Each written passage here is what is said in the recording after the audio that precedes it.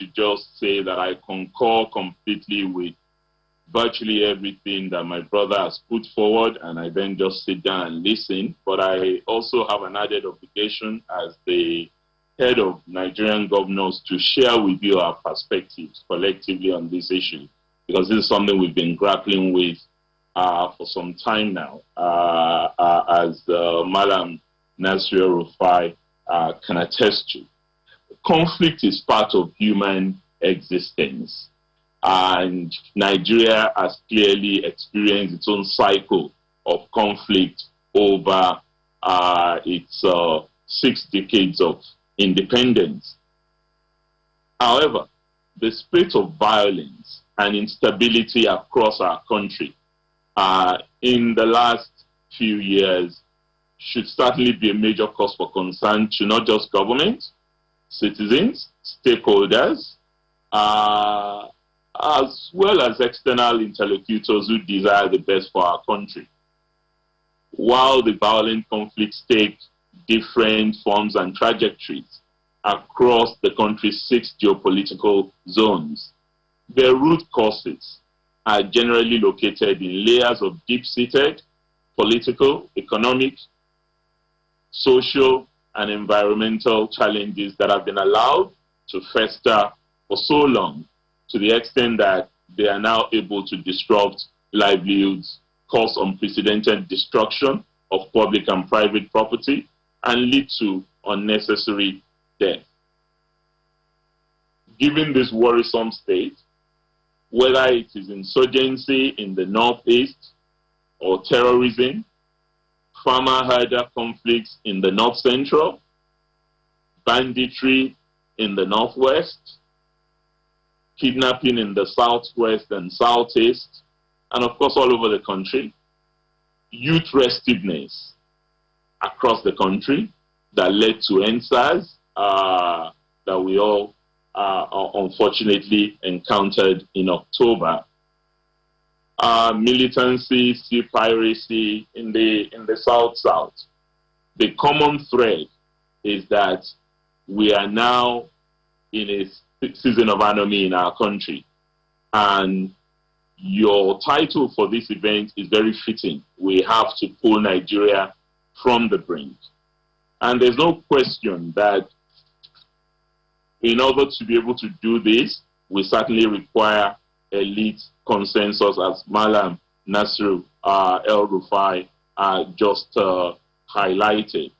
Because when you review our interventions over the past decade or more, what is clear is that there are gaps in our security management system. There's an over-reliance on ad hoc, reactive, and hard security as against proactive, development-oriented, and human security response. Our security management strategy lacks a holistic and responsive peace and security architecture, which in turn makes states to put in place self-help security arrangements such as Amotekun, Hisba, and a whole range of them that we have seen spring up in states. There's also an absence of a comprehensive approach that deals with the root causes and drivers of conflict and insecurity, partly because government has always considered security challenges evolutionary rather than a permanently existential challenge. And a lack of coherent peace and security policy framework and structure, and an inadequate inter-agency synergy between and among security agencies as they work at cross purposes and undermine themselves. This is a common story we hear from the Boko Haram insurgency infested territory amongst our various services. And of course, there is a proliferation and lack of synergy between and among locally grown and embedded security networks, vigilantes, vis-a-vis the state security. And all of this has also been bedeviled by poor media engagements, between government and the media, and a negative public perception of government and whatever it's doing in order to curb all of these challenges. Madam Nasir Rufai has highlighted constitutional and structural issues that we need to deal with, and as I said earlier, I wholeheartedly agree with him on those issues that he has highlighted. But I think for us, at the level of the governors, we have also been dealing with immediate issues that go beyond the generic points that have been made eloquently by Madam Nasir Rufai. When you focus on the recent challenges, be they banditry, insurgency, or most recently the harder farmer conflict that we have experienced in the Southwest, what is clear is that naturally victims are almost always emotional about issues of this nature.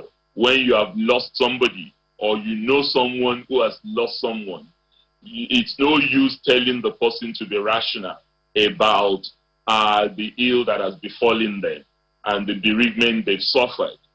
The truth of the matter is that we also need compassionate leadership in order to help deal with these issues, in addition to all the substantive things we need to deal with.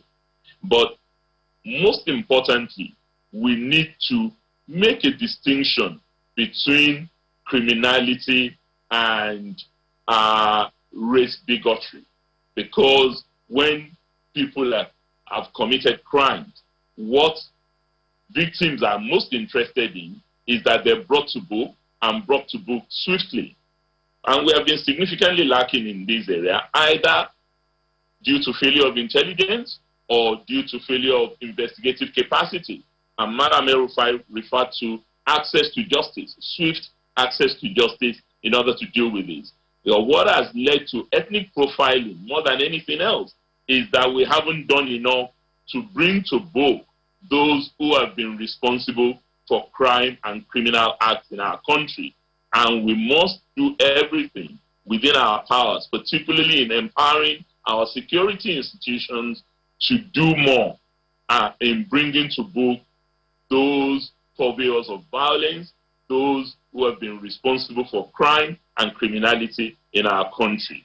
But I think it's important that we must not risk, in the process of doing that, tarring every person who belongs to the community of a particular criminal with the same brush.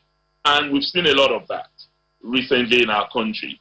I believe, and it is a position that has been clearly enunciated by all governors, that we do not subscribe to ethnic profiling.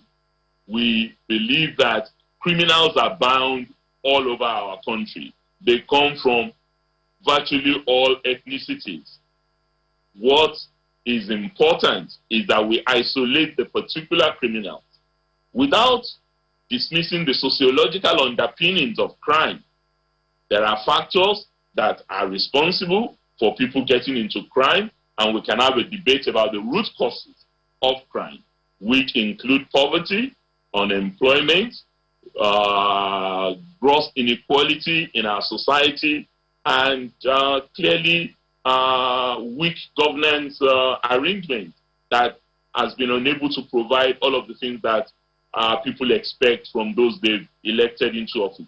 Having said all of this, it is absolutely important that we eschew ethnic profiling. And when we've seen what has happened in other parts of the world, the Jews in Germany, the blacks in America, the Tutsis in Rwanda, it is absolutely important that if we're to pull back from the brink, we must not do anything to exacerbate what is already a very problematic situation that we have found ourselves in.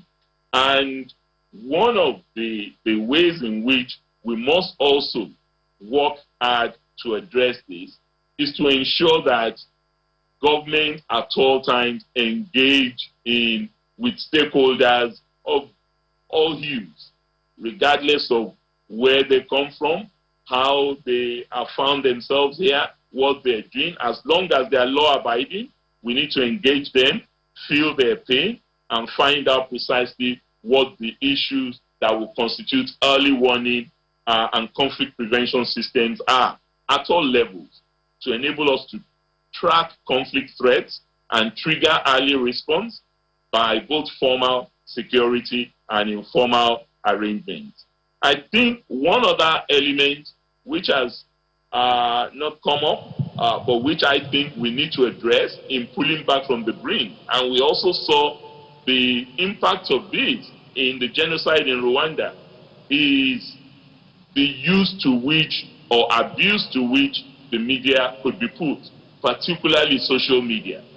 A lot of the videos we have seen in the last few days in relation to what happened in Shasha in Oyo State or in Ogun State are fake videos. Some of them are not even videos relating to issues that happened in Nigeria. They are external videos. And what this has caused or contributed to is something we need to pay particular attention. And those professionals in the media space and all of us who use media instruments must exercise tremendous restraint in utilizing these tools so that they don't become agents of insecurity themselves, rather than instruments to curb violence. But another issue for us as governors is the need to pay more attention to forests. Forests have become a menace, yet we need to treat forests as a priority governance, security, environmental, and developmental concern, because that's what they've been to us in the past.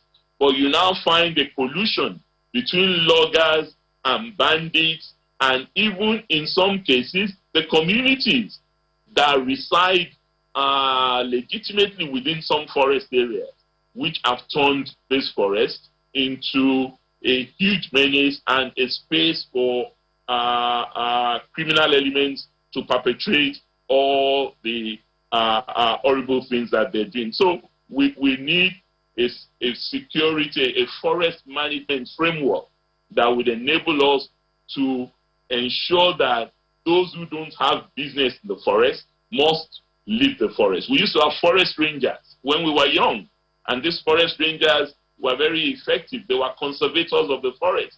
But in the period that has seen the rise of climate change problematic, this is not something that we've paid attention to yet. It is something we must pay significant attention to. Governors are also very committed, just as Malam Nasir Rufai has said, to the need to modernize grazing practices. And we have a national livestock transformation plan that we believe should be fully implemented now in order to promote ranching and modern livestock management practices. Just as what Malam Nasir has described that Kaduna State is doing with ALA, Ekiti State is undertaking a similar initiative with Promacedo, and we've just brought in some 500 heads of cattle from the United States to inseminate our local breeds in our Ikunderi farm, and practicing sedentary ranching and grazing practice in a way that we can gradually introduce to our herders, regardless of where they may come from. Sedentary is the word. Sedentary. Thank you, Governor. Let me stop there. Thank you very much. Thank you.